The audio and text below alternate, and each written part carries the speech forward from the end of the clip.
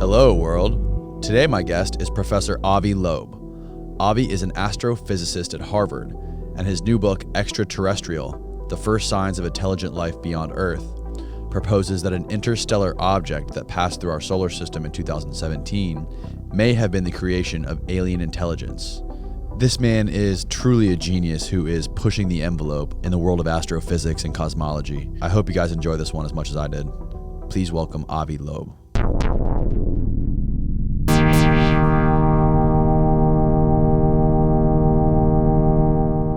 Pleasure to meet you. Avi, is that how you pronounce it?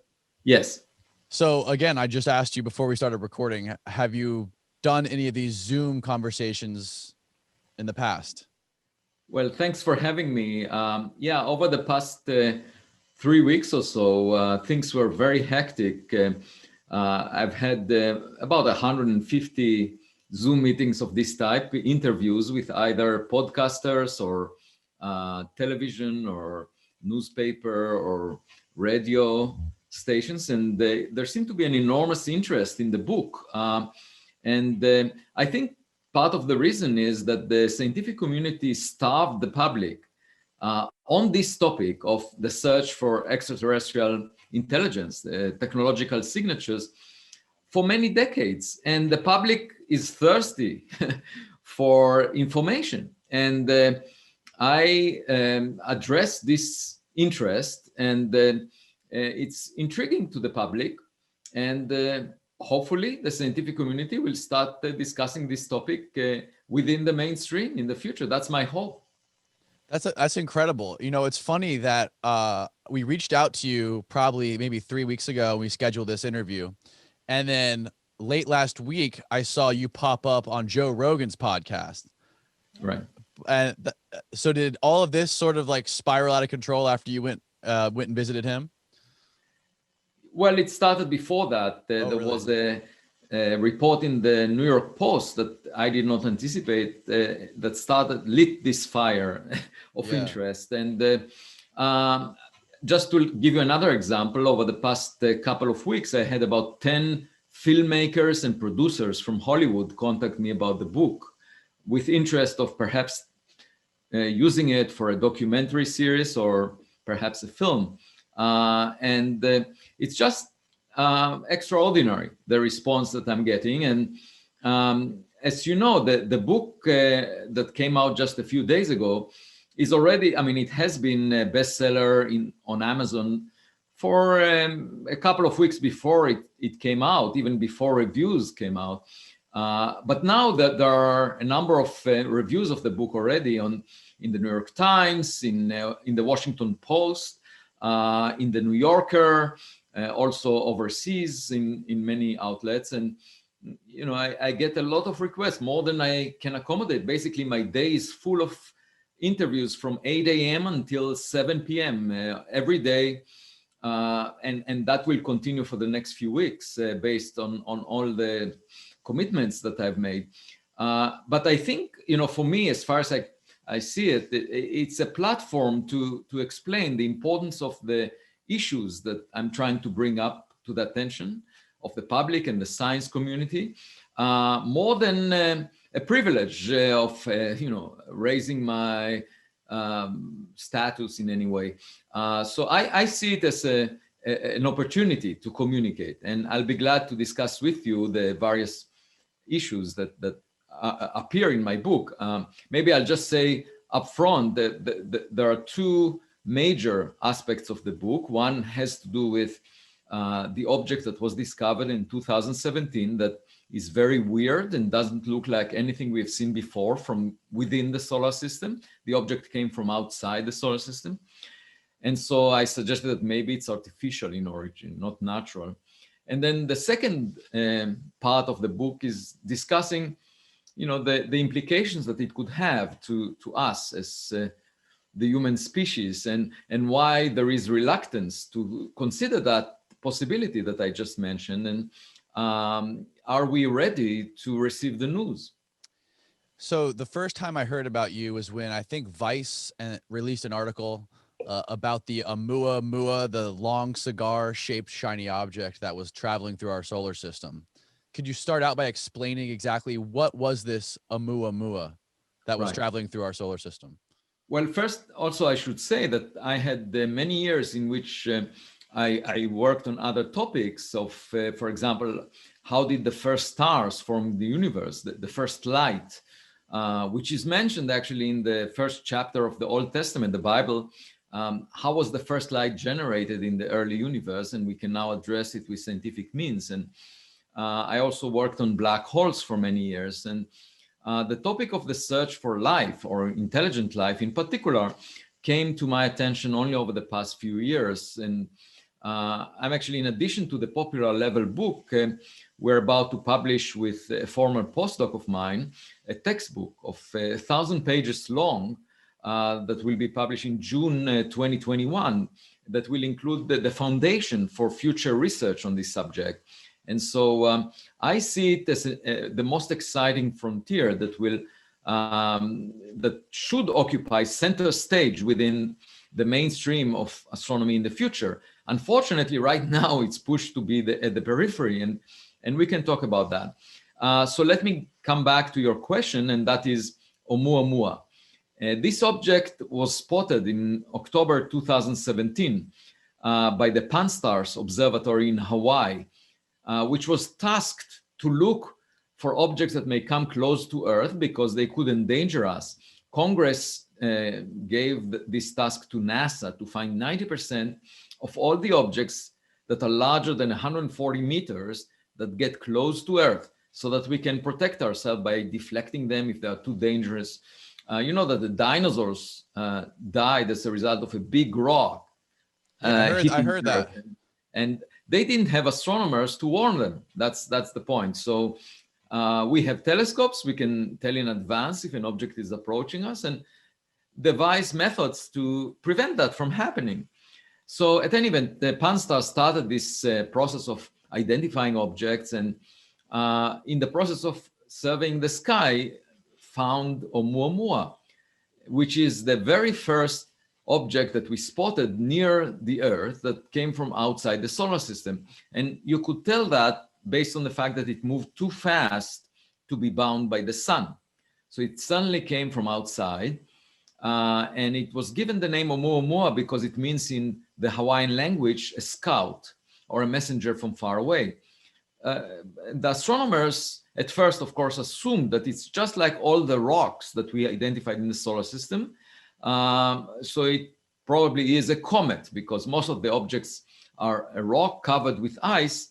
They reside in the outer parts of the solar system, and the same kind of objects may exist near other stars and get ejected from those environments and reach us.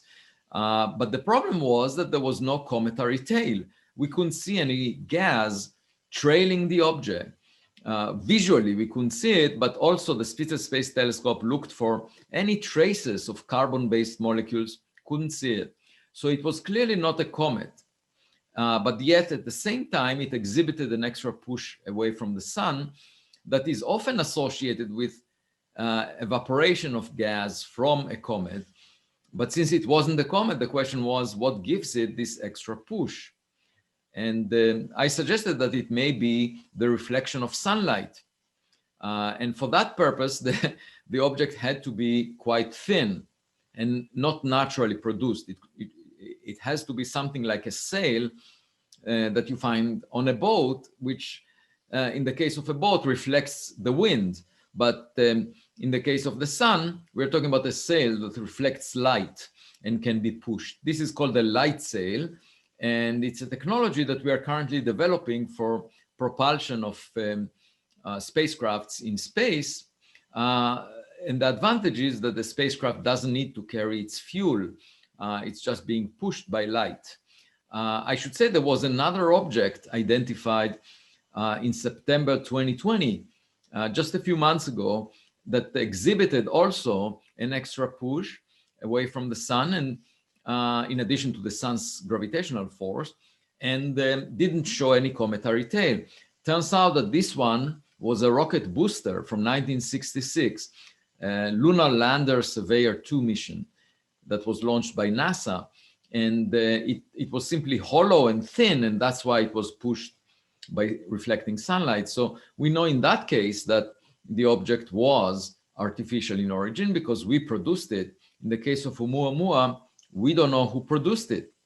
And the other thing I should say is that from the reflected light that Oumuamua showed as it was tumbling over 8 hours, roughly the size of a football field.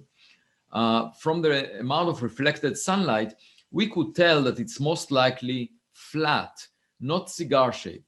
And also that it's very extreme in terms of its geometry. It's much longer than it is wide when projected on the sky. And that fits the bill in terms of it potentially being a thin surface. So have you seen on a lot of the articles online, have you seen some of the renderings that they've created of it? Oh yeah, so the most popular rendering is that of a cigar-shaped object, and right. that is incorrect well, based on the evidence we have. And the most likely shape is disc shape or pancake shape. Interesting. And how far away is it from the Earth? Oh, right now it's beyond the distance of Jupiter, and so it's actually right now 1 million times fainter than when it was close to the sun, because it dims very rapidly, such an object, because the amount of sunlight impinging on its surface drops inversely with distance squared, and then the amount of light we see reflected from it drops by another factor of 1 over distance squared. So altogether, the object dims as inversely with distance to the 4th power, which is very quickly.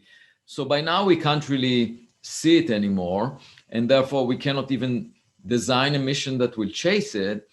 But we can search for other objects. You know, when I go to the kitchen and I find an ant by looking at a small portion of the kitchen, I know that there should be many more ants out there. And so the conclusion from finding this object is that there should be many more. If we use the Pan-STARRS telescope, within a few years, we should find another one. But in fact, in 3 years, there would be a new survey telescope called the Vera Rubin Observatory that would be much more sensitive and therefore could find such an object every month or so. Right now, the telescope that found this Amuamua, what is the goal of that telescope? Is it just like generally blanketing the sky, or is it particularly looking for doomsday asteroids? Yeah, so the latter. It was intended to find those near Earth or objects called NEOs, but it just started the job of doing that, and the Vera Rubin Observatory would go 2/3 of the way towards having a full census. Congress tasked NASA to find 90%, but with the Vera Rubin Observatory, we'll find maybe 60% of all near-Earth objects above 140 meters in size. How much do astronomers, your colleagues or yourself, how much of your time and focus goes towards worrying about giant Earth killer asteroids? Very little. There is a relatively small community of astronomers that focus on objects within the solar system. And then out of that community, a small fraction worries about near-Earth asteroids. So it's mainly an observational effort to identify individual objects that may come close to Earth, because we can forecast their orbits using the law of gravity. And so it's sort of a practical matter to monitor and figure out which objects might come close, monitor the sky. And, you know, we can see objects based on their reflected sunlight. So the bigger the object is, the easier it is for us to identify it at a greater distance. And it also depends, of course, on the telescope size and the amount of light that you can collect within the telescope diameter. Now, if there was an object that was similar to the one that took out the dinosaurs that hit the Yucatan, how soon would we be able to find it? And is there anything we could possibly do to definitely alter its course? Yeah, so the dinosaurs went extinct. And in fact, 3/4 of the Earth's life forms were killed in that event. I mean, there was this giant rock that collided with Earth. It was roughly the length of Manhattan Island, tens of kilometers, and then as it approached the Earth, probably it was a beautiful sight, but the fun of the dinosaurs stopped when it collided with Earth and caused this huge environmental damage, the Chicxulub crater, and sort of a change in the climate of the Earth because of all the dust that was raised. But perhaps we owe our existence to that impact because it changed altogether the life forms that appeared on the surface of the Earth. Such a big object can be identified far enough for us to, plan years in advance what to do. And there are various ideas about how to deflect it. You can, for example, paint a side of it in a color such that it will reflect or will evaporate more quickly. And then there will be some push on it, and that will deflect it from colliding with the Earth. You can detonate something on the surface of such an object, and that would also push it aside. You can shine a laser beam on one side of the object and achieve the same goal. There are all kinds of, you can also shepherd it gravitationally with a spacecraft.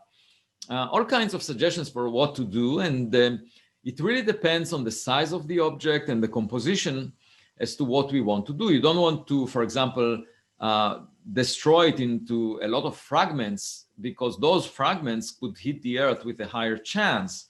During the Gulf War, there was this Patriot missile that intercepted the missiles that were sent, for example, towards Israel. And at the early version of these Patriot missiles, they just blasted the incoming missile into pieces, and that caused more damage than the original missile would have caused. So you don't want to do that. And we will have enough time to make appropriate plans depending on which object is approaching us. We will definitely not get extinct as the dinosaurs did. The human brain, even though it's much smaller than the body of a dinosaur, it's much more precious for long-term survival. Now, why is it that you think that you're the first astronomer to come out with some fascinating stuff like this, talking about the Amuamua and talking about interstellar potential extraterrestrial objects coming through our solar system? Well, first I should mention, that this subject is at the periphery of astronomy. It's not funded much. And anyone that talks about the search for technological signatures is sort of marginalized, sometimes to the point where the subject is ridiculed. And that is unfortunate because it doesn't allow new talent to enter the field or to get funded for doing research in this field. And it's sort of like stepping on the grass and then saying, look, it doesn't grow. So obviously we don't get major discoveries or important results because of this self-fulfilling prophecy, that the fact that the community is not supporting it. And I find this to be completely inappropriate because the public is extremely interested in the question, are we alone? I'm interested in the question beyond that because I think that we are probably not alone. Half of the sun-like stars have a planet the size of the Earth, roughly at the same separation. So you have billions of Earth-Sun systems just within the Milky Way galaxy, our own galaxy. And then you have 1 trillion galaxies like the Milky Way within the observable volume of the universe. So altogether, there are more Earth-Sun systems than the numbers of grains of sand on all beaches on Earth. It's just huge. And the chance that we're special or unique is really minute. And out of modesty, we should consider the possibility that things like us exist everywhere as the simplest assumption, the most conservative assumption. If you replicate the same circumstances, you get the same outcome. But for some reason, the mainstream community prefers not to think that way and say, maybe we are unique, maybe we are special. You need extraordinary evidence. in order to argue otherwise. I would argue that you need extraordinary evidence to assume that we are unique, because whenever we thought that we were special, we were wrong. In the past, we thought that we are the center of the universe. Aristotle suggested that in his philosophy, and for 1,000 years, people believed it until Copernicus and Galileo demonstrated that the Earth moves around the sun. And even then, the philosophers at the time didn't like the idea. They didn't look through Galileo's telescope, and they just maintained their ignorance. That reality doesn't care about whether we ignore it or not. And whenever we assume that we are unique and special, we were wrong.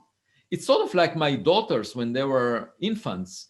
They thought that they are unique, they have qualities that nobody else has, and they're at the center of the world. But once they went to a kindergarten, they saw other kids, and they got a better perspective. So for us as the human species, as civilization, to mature, we need to find others and get a better perspective about our place in the universe. But many people prefer, it flatters their ego to maintain the view that we are alone until proven differently. And I find that to be completely opposite to where they should be.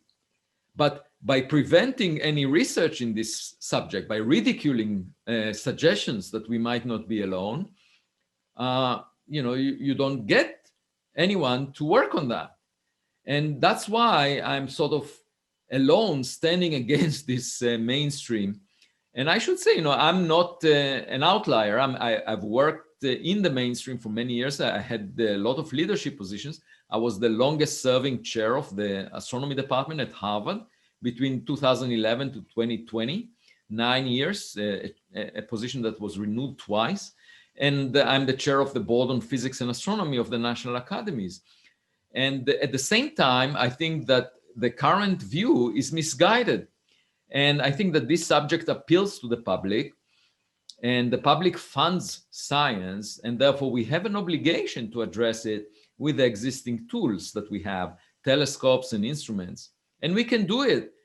Just to give you an example, the astronomers are developing the next generation of instruments to search for, and these would cost billions of dollars, to search for oxygen, for example, in the atmospheres of planets around other stars, because the idea is that oxygen will tell us if there is life on these planets around other stars. The problem with this idea is that oxygen was rare, did not exist in the Earth atmosphere at noticeable levels for 2 billion years, for half of the lifetime of the Earth. For the first 2 billion years, there wasn't much oxygen in the atmosphere, but there was life on Earth. There were microbes. So not finding oxygen is not evidence that life doesn't exist. Also, finding oxygen is not evidence that life exists, because you can make it by natural processes. And if you ask yourself what would be a conclusive signature of life, is if we find industrial pollution in those atmospheres. Those molecules that are very complex and are produced by the industries that we have, or by refrigerating systems, they are called CFCs. If we do find evidence for those, then we know that life must exist. So in fact, the justification to the future, the next generation of instruments that astronomers are developing, is much stronger in the context of the search for technological signatures than it is in the search for primitive life. But nevertheless, you would never find an argument or a motivation for these instruments in that context. What sort of conversations have you had, or debates have you had with your colleagues or other astronomers when it comes to the pushback that you've received from being outspoken about things like this and the Amuamua and intelligent life? Well, I can give you an example. There was a seminar about the Amuamua at Harvard, and when I left the room with a colleague of mine that worked on the solar system for decades, he said, "This object is so weird, I wish it never existed." And that illustrates to you that the properties of this object take people away from their comfort zone. And most people prefer not to change their views, not to update what they thought to be the worldview of that describes the universe. And it's sort of like a GPS system. When it gets to a place that it doesn't recognize, it says recalculating. And unfortunately, most of my colleagues do not recalculate. They just want to maintain their views. So most of the mainstream would simply say, business as usual. I don't care about the details. It must be a rock. To me, that sounds just like a caveman saying that when presented with a cell phone, the caveman is used to work, playing with rocks all of his life, saying, oh, the cell phone is just a shiny rock. And the point of the matter is, since I don't find technological signatures as a speculation, I think it should be contemplated as a real possibility, put on the table, and then one can gather more evidence to try and see if indeed it's consistent with that, and it should not be dismissed up front. And so I think there needs to be a revision in the culture right now within the academic community. There are also parts of, for example, the physics community, theoretical physics, that engage in concepts that cannot be tested experimentally, such as extra dimensions, or the multiverse, or supersymmetry, or string theory. These are concepts that were not yet proven to be correct based on experimental evidence. They are highly speculative. And for decades, people have been working on them and doing mathematical gymnastics, all about demonstrating how smart they are. But doing physics is not about showing off as being smart. It's about understanding reality, understanding nature. And if you're trying to do that, you should be guided by evidence. Yeah, I mean, there's tons of money that goes into things like the LHC, that they go to find the Higgs boson and all those other things. Right. It's amazing that I would imagine, and correct me if I'm wrong, the number one thing on the checklist of reasons to become an astronomer would be to find extraterrestrial life, or to find something out there. Well, in fact, a lot of physicists would say that they were attracted to doing physics because they read some science fiction stories. And I think that this is the most exciting question for us to address, because it will change our perspective about our place in the universe, our aspirations for space, and it could impact many things we do, including religious beliefs, and so I think it's just a missed opportunity for scientists, if they have the tools to address this question and search for technological signatures, not to do that. And that's why I speak out loud, and I use Amuamua as an anchor to demonstrate that here is an anomalous object that didn't look like anything we have seen before. And all the mainstream suggestions for why it looks so weird also invoked something that we've never seen before, a hydrogen iceberg or a cloud of dust. Given that we are entertaining possibilities that were never seen before, why not also a technological origin? It's sort of like, walking on the beach, and most of the time you see rocks or seashells, but every now and then you stumble across a plastic bottle that indicates that a civilization might be around. So how did you first come across this Amuamua? Well, I heard about it when it was discovered on October 19th, 2017. And after a week or so, it became quite intriguing, in the sense that, we realized it's the first interstellar object, looks a little bit strange in terms of its shape. And so I had a discussion with Yuri Milner, a Russian-Israeli science funder in Silicon Valley, about using radio telescopes to which he had access through a project called Breakthrough Listen, and trying to see if there is any radio signal coming from this object. We checked it and put an upper limit of roughly the transmission of a cell phone. So clearly, Oumuamua was not transmitting at the frequencies that we were looking at, the radio frequencies. It could have been transmitting at other frequencies. It could have been transmitting in a different direction. But we ruled out the possibility that anything in our direction was more than the power of a cell phone. And so at that point, I thought, well, it must be probably natural. But then 6 months later, there was the report about it exhibiting an extra push away from the sun, and that could not be explained in terms of a cometary tail because we haven't seen any.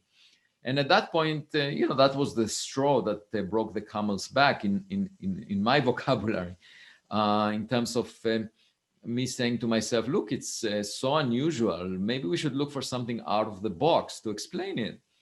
And I wrote a couple of articles in Scientific American talking about it being a technological artifact or relic, and then wrote a scientific paper about it in October 2018 that got a lot of attention. We didn't have any press release. It just became viral in the media. And after that, I wrote a number of papers on Amuamua and its implications.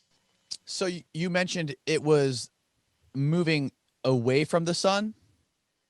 Well, when we discovered it, it was already receding away from us, yes. It's sort of like having a guest for dinner and realizing that the guest is interesting when the guest goes out the front door into the dark street. And that was unfortunate because we couldn't chase it at that point.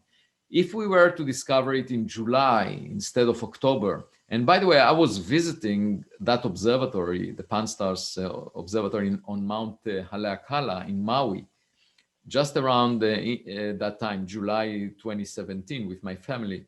We were on vacation in Maui, and I gave a seminar there. And at the time, nobody knew about Oumuamua.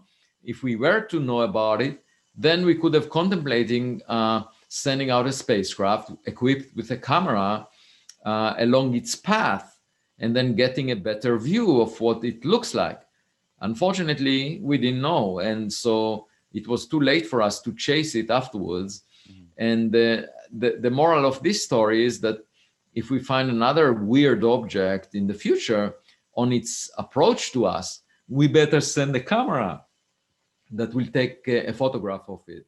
And, a picture is worth 1,000 words. Right. Now, is that something that you think we'll be able to do next time one of these is coming close to us? Yeah, I think it's quite possible. And science is all about evidence, and it's about reproducibility, the ability to study something again and again when it repeats. And in this case, given the fact that Pan-STARRS surveyed the sky for a few years before he discovered this object, we should definitely find another one that looks like it within a few years from now. Because otherwise it's very unlikely that we found a rare object just within a few years.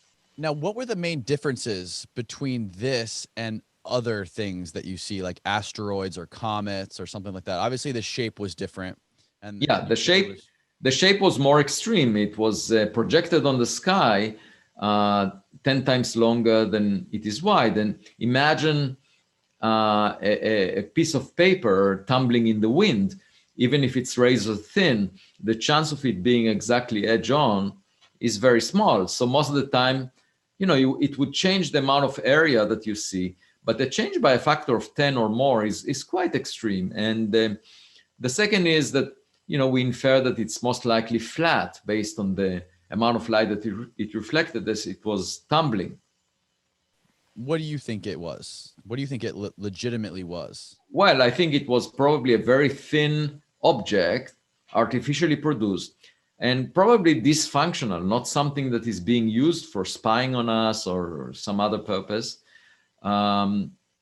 simply because it was tumbling. It was out of control in a way. But also, if you think about it, we sent out Voyager 1, Voyager 2, New Horizons, all kinds of space junk. And a million years from now, all of this will be real junk in the sense that it will not be functional anymore. So if you wait for long times, these objects that are being sent into space may not continue to be functional. They don't have enough energy supply to keep them functional. And there might be a lot of them floating in space, just like plastic bottles in the ocean, that are swept ashore and we find find them every now and then. So it's sort of like waste filling up interstellar space, and every now and then we will bump into one.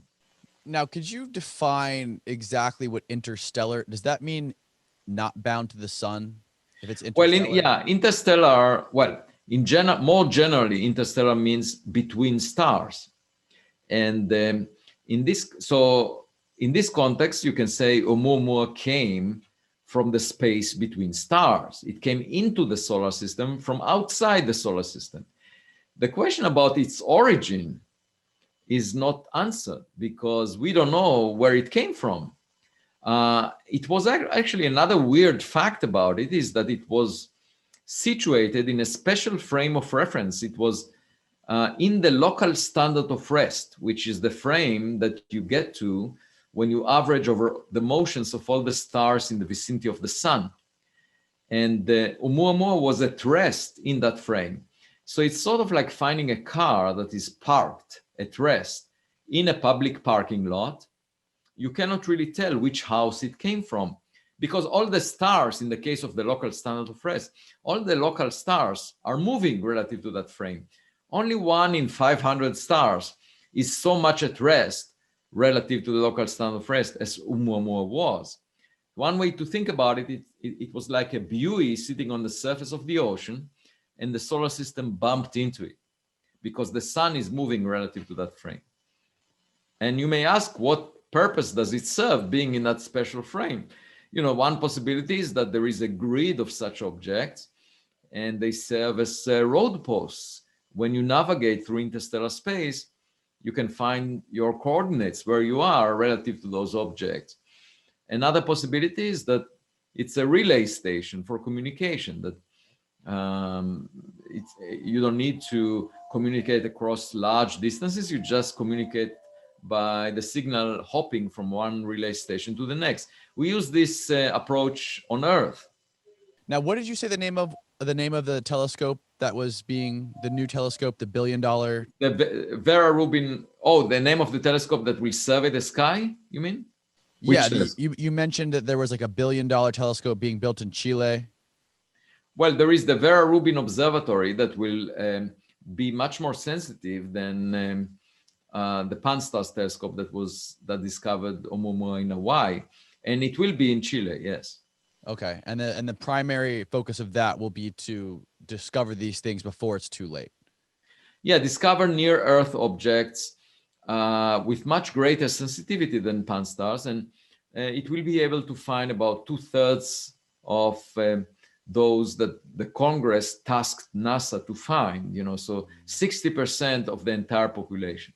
What are your opinions on, in the recent year or two, all of the different, there's been Air Force pilots based in San Diego that have come out and they've had their videos of these UFOs coming out of the water and within 1 second being meters away.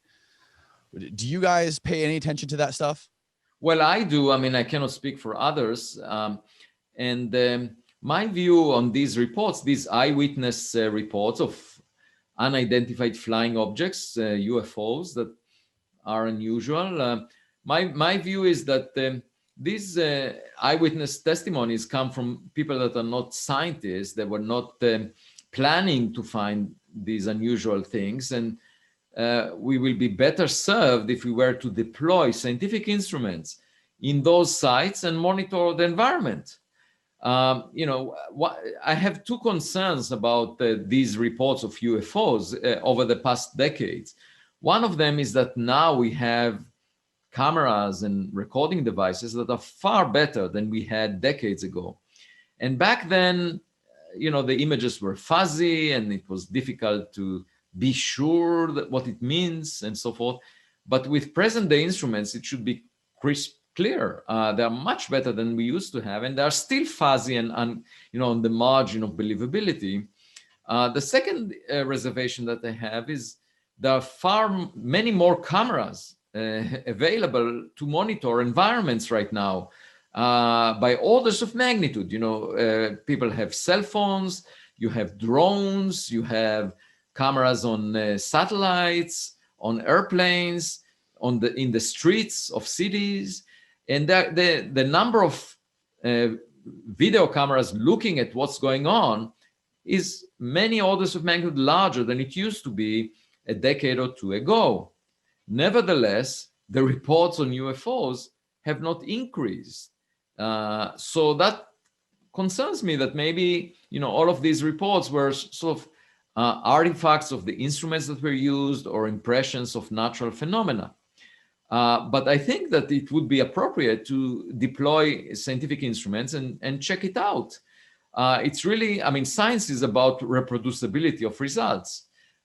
So one-time events are not believable in science. You should be able to reproduce them by being in the same environment under similar circumstances. And I would trust instruments recording these events. There is this biblical story from the Old Testament about Abraham that heard the voice of God, and that voice told Abraham to sacrifice his only son, Isaac. And imagine Abraham having a cell phone with a voice memo app. If he could have pressed the button, he would have recorded the voice of God. And then instead of an eyewitness testimony, we would have the recording, and that would have convinced all of humanity that God exists. And so my point is that by recording things on instruments, you get a much more objective evidence than all these reports that are now being declassified from the Pentagon and so forth. We should not obsess with these old reports that were based on either eyewitnesses or instruments that are much more inferior to the instruments we have now. We should simply use our best instruments, go to these sites and see whether we see anything unusual. Well, the Pentagon actually said that they were in possession of some sort of extraterrestrial craft in the New York Times article. Well, what I'm saying is that it's better, Abraham said that he heard the voice of God, right? So the question is, do you believe Abraham or not? I'm saying if he had a cell phone, we could have looked at the evidence. He didn't have that, and then you have to decide whether you believe the biblical story or not. And the same is true here. People report things, and I don't know whether to believe them. So the only way for me to believe them, scientifically speaking, is to deploy recording devices in the same sites and see if they find something. What is your opinion on humans and how long we're going to be here on Earth? Do you think we're ever going to have to leave Earth? Oh, yeah, definitely. Currently, all our eggs are in one basket, and everything that is precious to us could get eliminated, extinct, if something catastrophic happens on Earth. If an asteroid impacts us, or if there is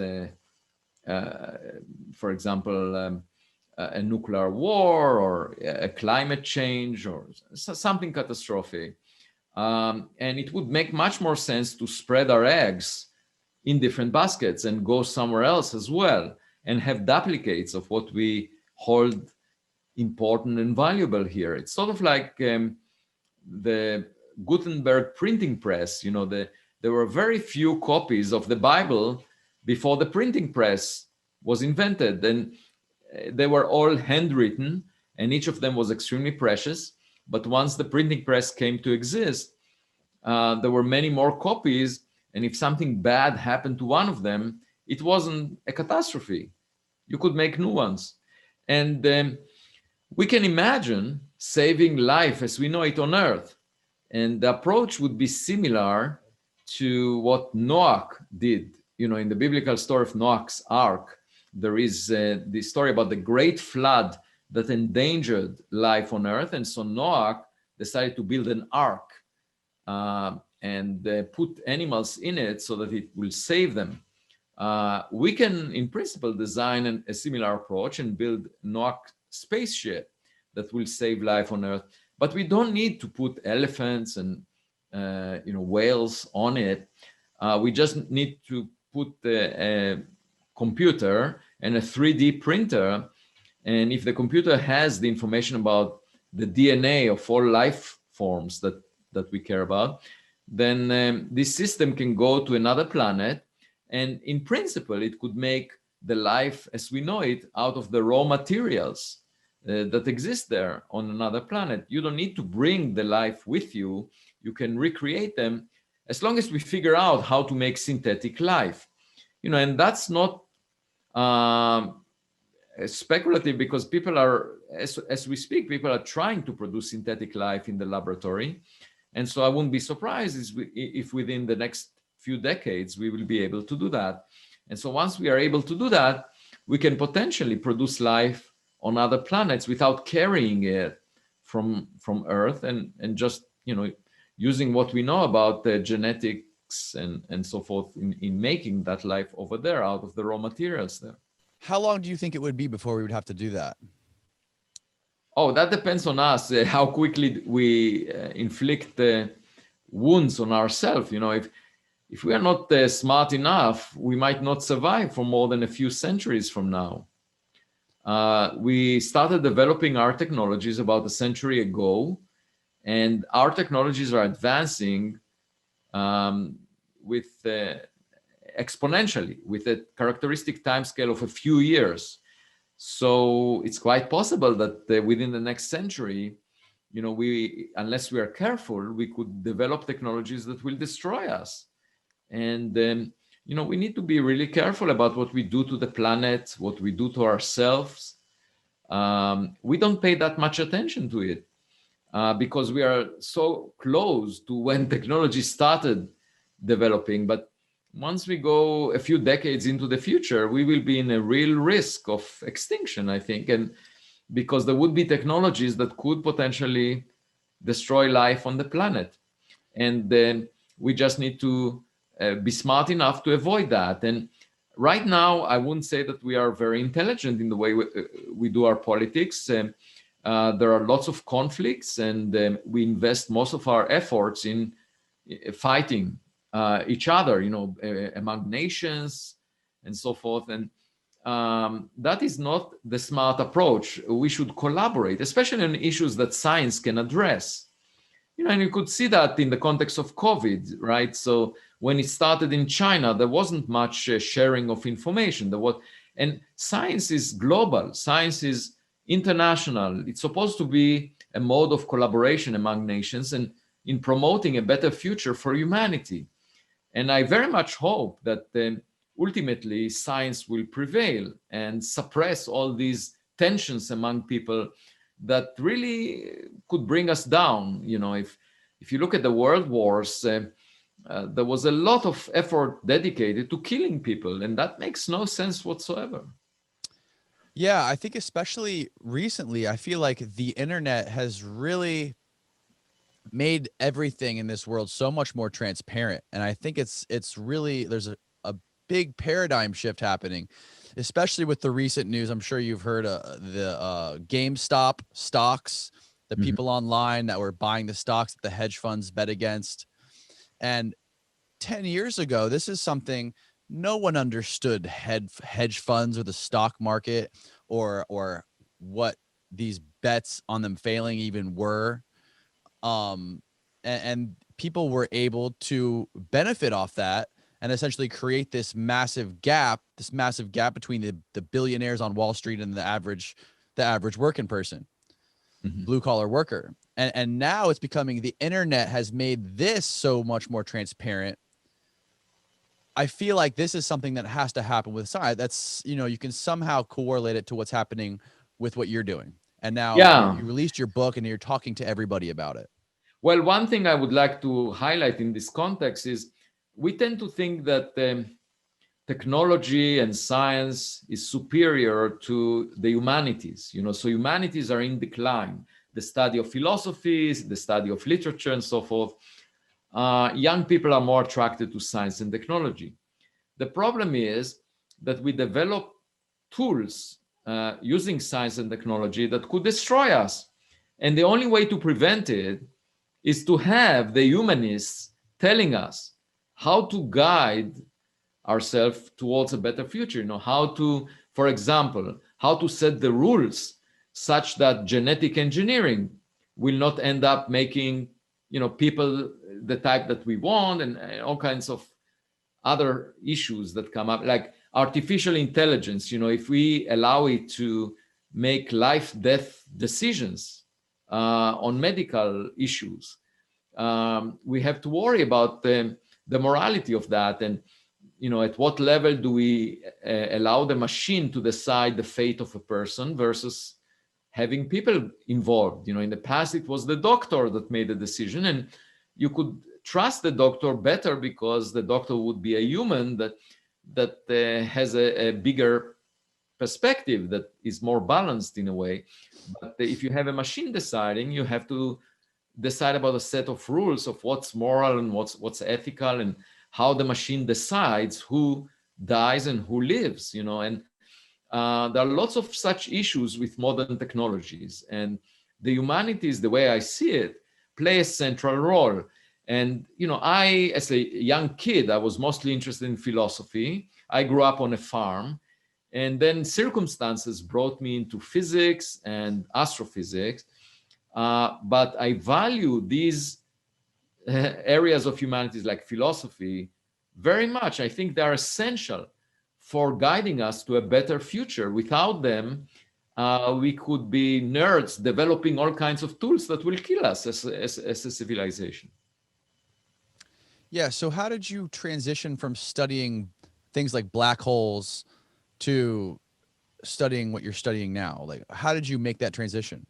Well, it was by chance because, for example, I was studying the first generation of stars in the universe, the first stars that formed, that lit up in the universe early on.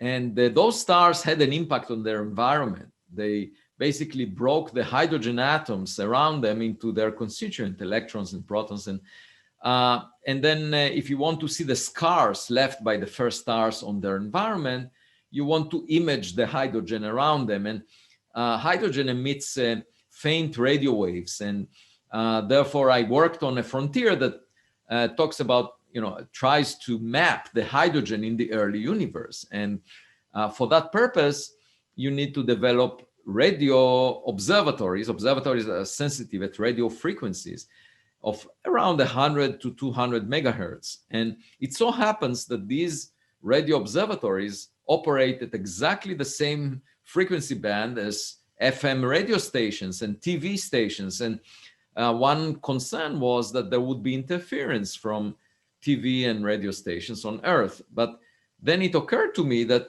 the same observatories could, in principle, eavesdrop on another civilization, on a planet around another star that transmits those radio waves. And so I wrote a paper about it. That was my first encounter with the search for technological signatures. Then I visited Abu Dhabi for the inauguration of a new campus for NYU. That was around 2012 or so. And the tour guide, when we went around, the tour guide was bragging that the city lights there are visible from the moon. They're so bright. And so that gave me the idea of checking how far can you see a city with the Hubble Space Telescope, for example. And we found with Ed Turner, a collaborator of mine, that in principle, the Hubble Space Telescope can see a city like Tokyo on Pluto, the edge of the solar system of planets. And that was an interesting idea, that you can look for artificial lights as a signature of another civilization. And you can identify these artificial lights not as reflected sunlight by the way the source dims as it changes its distance from us.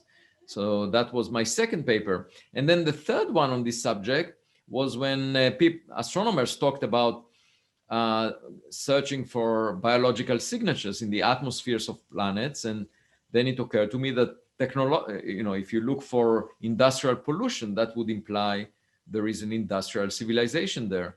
And so I wrote a paper about that. And so gradually it drifted in this direction. That was 2015. And then over the past few years, especially because of Amuamua, I published a lot on this subject. And in about half a year, I will have a textbook out of more than 1,000 pages with my former postdoc, Manas Vilingam, that lays the foundation for future studies on this subject of the search for both primitive and intelligent life. You mentioned earlier when you were talking about 3D printing and printing organisms, or basically duplicating ourselves on other planets. Now, I've heard reports of people who have worked at S1 and Area 51 have obtained crafts that are very small, saying that only really tiny beings that have no reproductive organs. Is it possible that other beings are printing these sort of cadavers, or basically like humanoids, but aliens that can travel long distances through different solar systems, that don't have to stay alive, they don't have to eat? Everything is possible, and there are lots of possibilities outlined in science fiction stories. And the key as a scientist is to look for evidence, and that should guide you as to which possibilities are real and which are illusions, or our imagination of what might be out there. It's sort of like a detective story. You can have a lot of infinite number of possibilities, and you just sort them out and figure out which one is realized by collecting clues and evidence. And we could think that we are wealthier than Elon Musk. We could have a lot of money, and the only way to figure out what we actually have is to go to an ATM machine and check it out. And so the ATM machine represents an experiment where you actually check what you have. And that's what guides modern science: evidence and clues.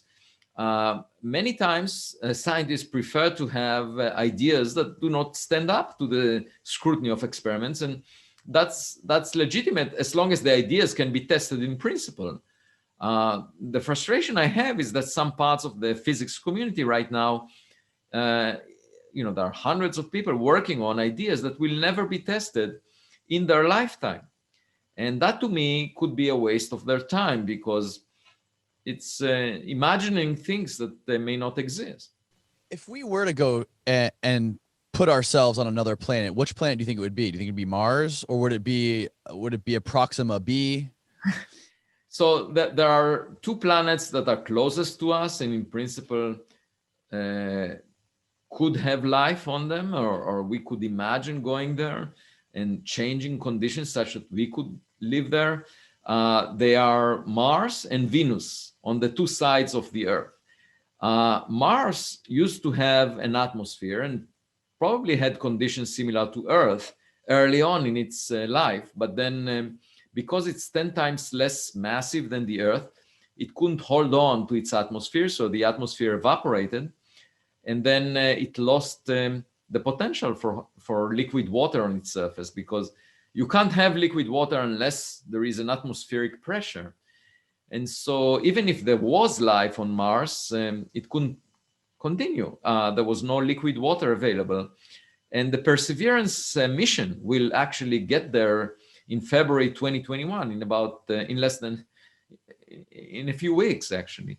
And we'll figure out whether there was, or maybe there is some left over signatures of life in the Martian soil. And so that would be very exciting, and I'm very much looking forward to seeing the results from this mission.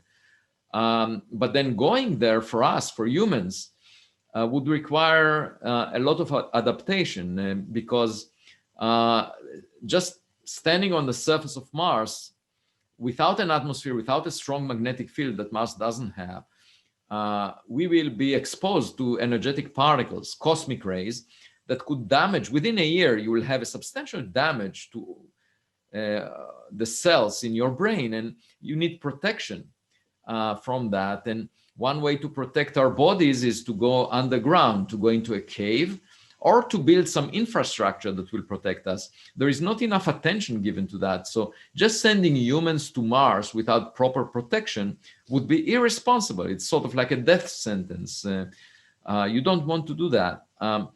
So we need to come up with solutions to protect people that go there. But potentially it's a place that we could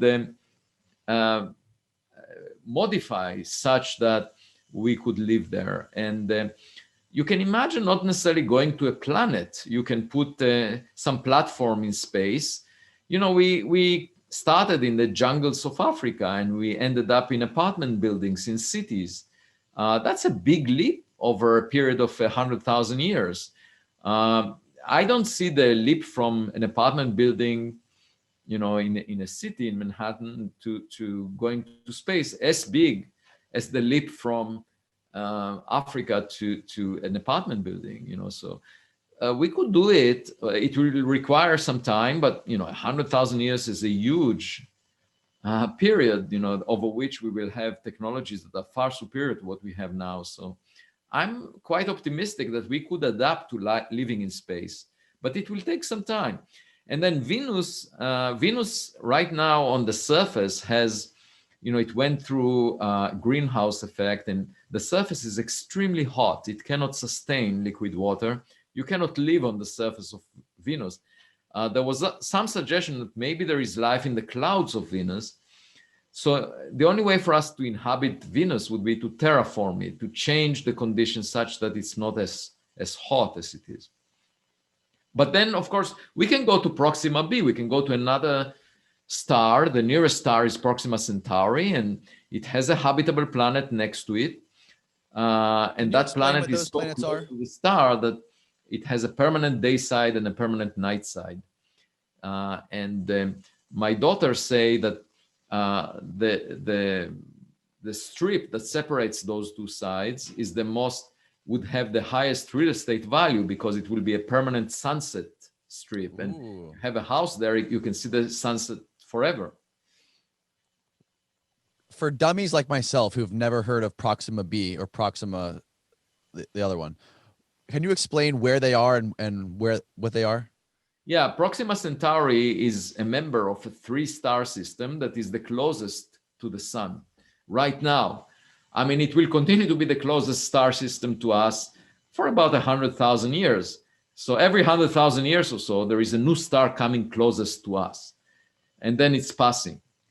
And right now, Proxima Centauri is the nearest, and it's actually a dwarf star that is only 12% of the mass of the sun. So it's much fainter. Most of the stars are much smaller and fainter than the sun.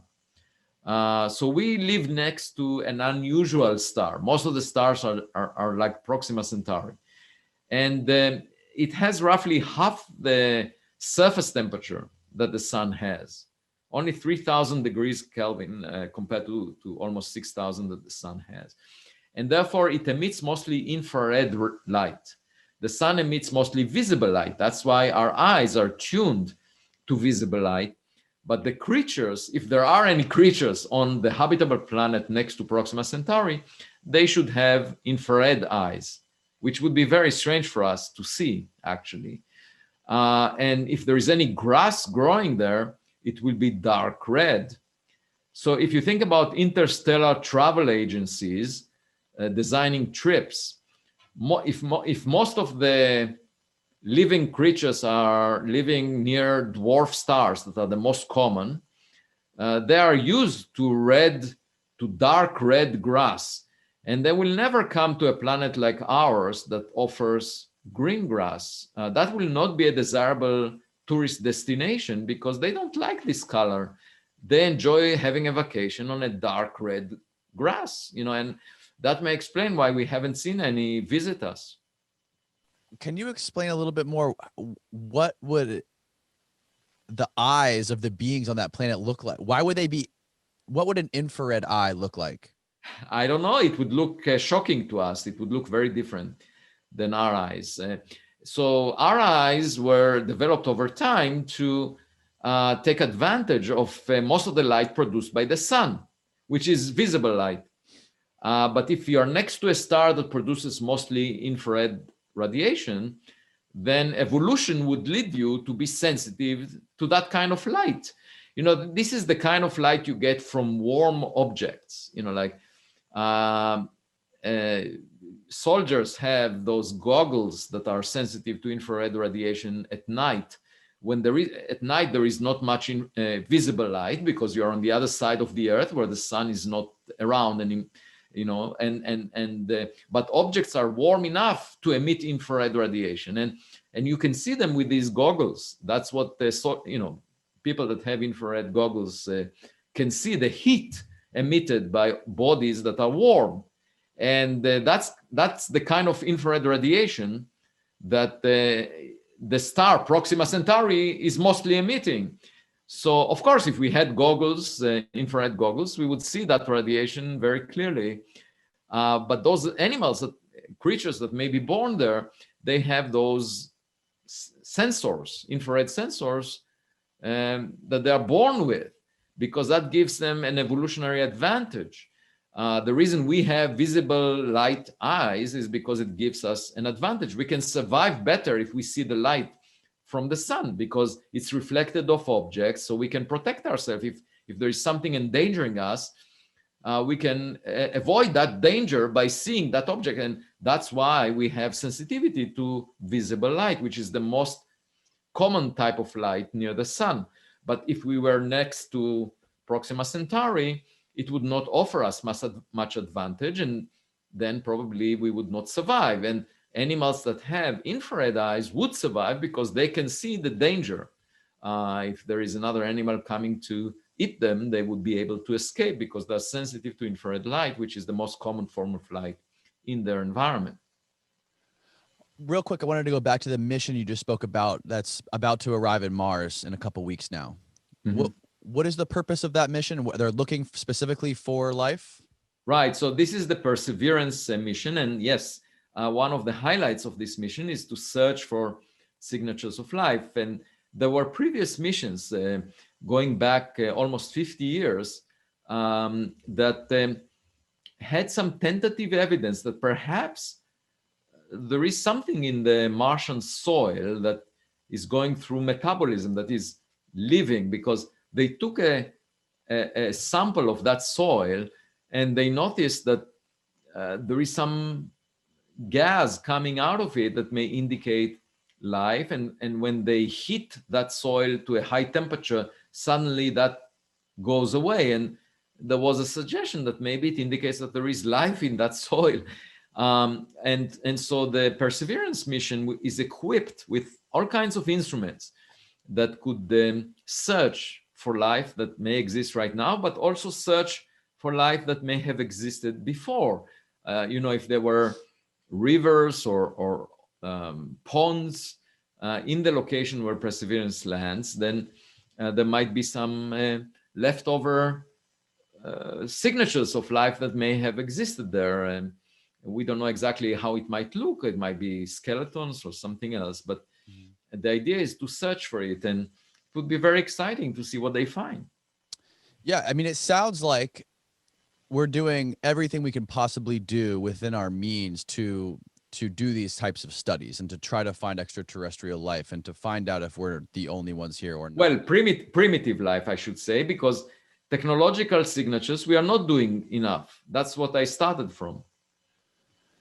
I've heard you compare stagnation of the scientific community to technology or to corporate commercial technology. Because companies like SpaceX, for example, which obviously are funded and they generate a profit, compared to science and the communities that you're involved in. Can you speak a little bit to that? Yeah, so one would expect the academic world to take more risks than the commercial world, because companies are mainly focused on making a profit. Whereas in academia, there is this concept of tenure, where the professor has a secure job. And the purpose of that was that once you get to that phase, you can explore blue sky research and take risks and allow yourself to be wrong if it doesn't end up the way you wanted. Unfortunately, most of my colleagues in academia do not take risks because they want to get honors and awards, and they want to maintain an image of someone that doesn't make mistakes, and they build echo chambers that repeat their voice, making it louder so that their reputation is improved, but at the same time, they don't innovate much, because innovation implies taking risks and being wrong sometimes. And at the same time, in the commercial sector, you find companies, as you mentioned, like SpaceX or Google or many others, that have groups of people that are thinking, that are taking risks and checking ideas out of the box. And the reason they do that is because they recognize that the next major discovery that will make them a big profit would come in unexpected directions. So they're taking risks, because even though some of the directions fail, if one of them ends up being real, it would compensate for all the losses associated with the failed directions. And if companies recognize the value of that, academia should have recognized it much more. And it's quite unfortunate that there is not as much innovation in academia as there should be. And that's why I'm trying to promote an open mind in the context that we discussed before of searching for technological signatures, but more generally, I think it's extremely important, for example, for federal grants to be given also to people that have risky propositions, people that consider ideas out of the box. NASA, for example, very often funds projects that can declare ahead of time what they will discover, what they will find. And that's contradictory to the nature of discovery. Very often you discover things that you haven't expected. You cannot tell in advance to the funder what you will find, or else what you're doing is very boring. So I think the funding agencies should also allocate some fraction of their funding to risky propositions, to out-of-the-box thinking, and allow for that. It all comes together in a culture where innovation and risk-taking is appreciated. Yeah, it almost doesn't make sense. It almost seems like somebody like Elon Musk would have way more to lose by venturing outside the box than a researcher or a scientist would. It seems like they wouldn't have as much to lose. I completely agree, but it's human nature to that drives people in academia towards being less innovative, less risk-taking, because this way they can maintain an image that makes of someone reputable, so that they get honors and awards. And by the way, one way to not make mistakes is not to put skin in the game. So not to be engaged in predictions that can be tested experimentally and proven wrong. And that's why you find this culture of people that work on subjects that are sort of esoteric, have no connection to reality, and cannot be tested experimentally, because that's much more attractive. You can just demonstrate that you are smart and never be proven wrong. Isn't that the point of science, to be proven wrong? Yes, I would argue that, and that's what I argue, yes. And that's what I practice. I don't just preach, but it's not easy to change the culture, and I think it should change, and I hope it will change. And my book discusses that as one of the most important messages of the book. So I very much encourage people to have a look in it. And you talk about Einstein as well. Yeah, I mean, Einstein, in the last decade of his career, when he was the most experienced, and obviously he was the leading scientist of his generation, made 3 mistakes. And these were major mistakes that we now know are completely wrong based on experiments. We detected gravitational waves, and he claimed they don't exist. We detected black holes. He claimed they don't exist. And we also detected spooky action at a distance in quantum mechanics, and he claimed it doesn't exist. And but that's part of being at the frontier. You never know in advance, what is the right direction. And even if you are the smartest person around, like Einstein was, you make mistakes. And that should be tolerated, because if you look at Einstein, he also made important breakthroughs at the same time or before that time. And so the other thing is, his generation was putting skin in the game. He was making predictions and they were tested. The current generation wants to always be valued as smart without putting any skin in the game. So they a lot of physicists, theoretical physicists, are doing intellectual gymnastics. They're using sophisticated mathematics, and that serves the role of demonstrating they're smart, but it doesn't necessarily describe nature. Do you think some of the reason that you're getting a lot of backlash is because people are threatened by you coming out and talking about this? Maybe they see Avi getting all this attention and talking about this, but they've never gotten this amount of attention from anyone about any of their ideas. Well, one aspect of that is jealousy, of course, for that attention. But another one is because I address, my main message is that we should be modest, that science is a learning experience and that making mistakes is okay. That's part of the scientific process. We should be just like kids, trying to understand the world and willing to not be so attached to our egos. So I'm trying to remove that connection between the ego of a scientist and the profession. We are trying to understand nature. We should engage in a dialogue with experiments. We should not consider it as an evaluation of our abilities. It's not about us. It's about understanding nature. And it's a dialogue with experiments. And we just have to start from a point of modesty, and that modesty is communicated to us by looking at the universe. We are so small, we are so short-lived. How can anyone be arrogant? Okay, that makes no sense to me.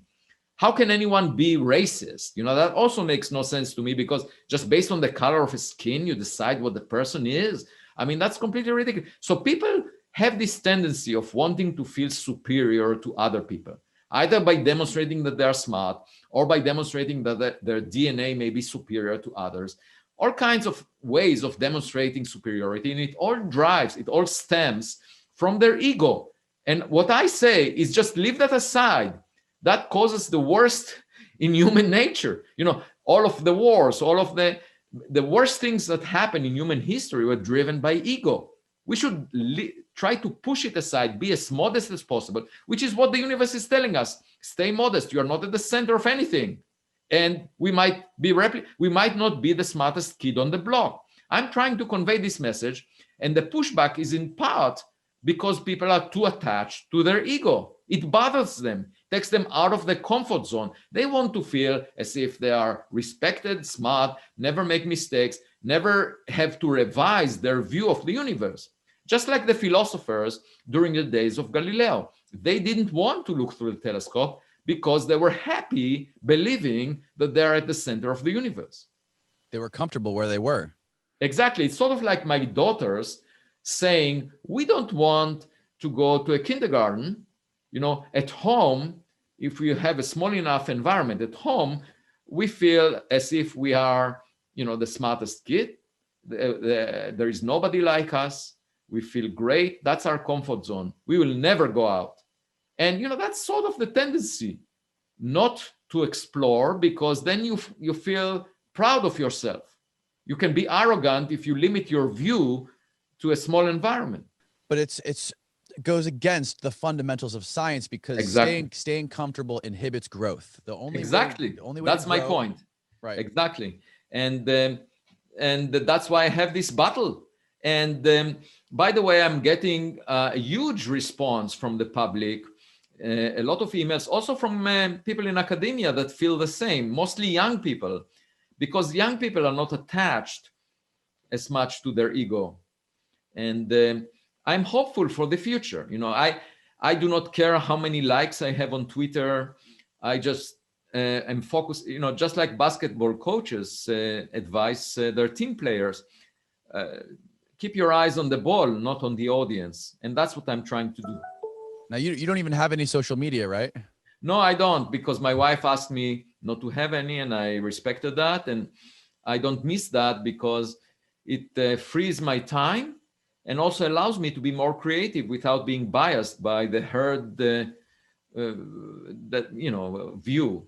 So for my audience that you don't have any social media, so people that are listening or watching this, what can you suggest to them to learn more about what you're doing or to find more of your writings or your books? Yeah, they can go to my website by putting my name on Google, Avi Loeb, and I have a main website where I list my commentaries in Scientific American. I publish roughly once a week or once every 2 weeks. I also have scientific papers, more than 800 of them listed there, and books. And they're welcome to send, anyone is welcome to send me an email, and I'll be glad to correspond. So in general, I do have communication with a broad audience, but not through social media. That's amazing, man. Well, hey, I'm super grateful for you having this conversation with me. I really appreciate it. I've learned a lot from you. My pleasure. Thank you for having me.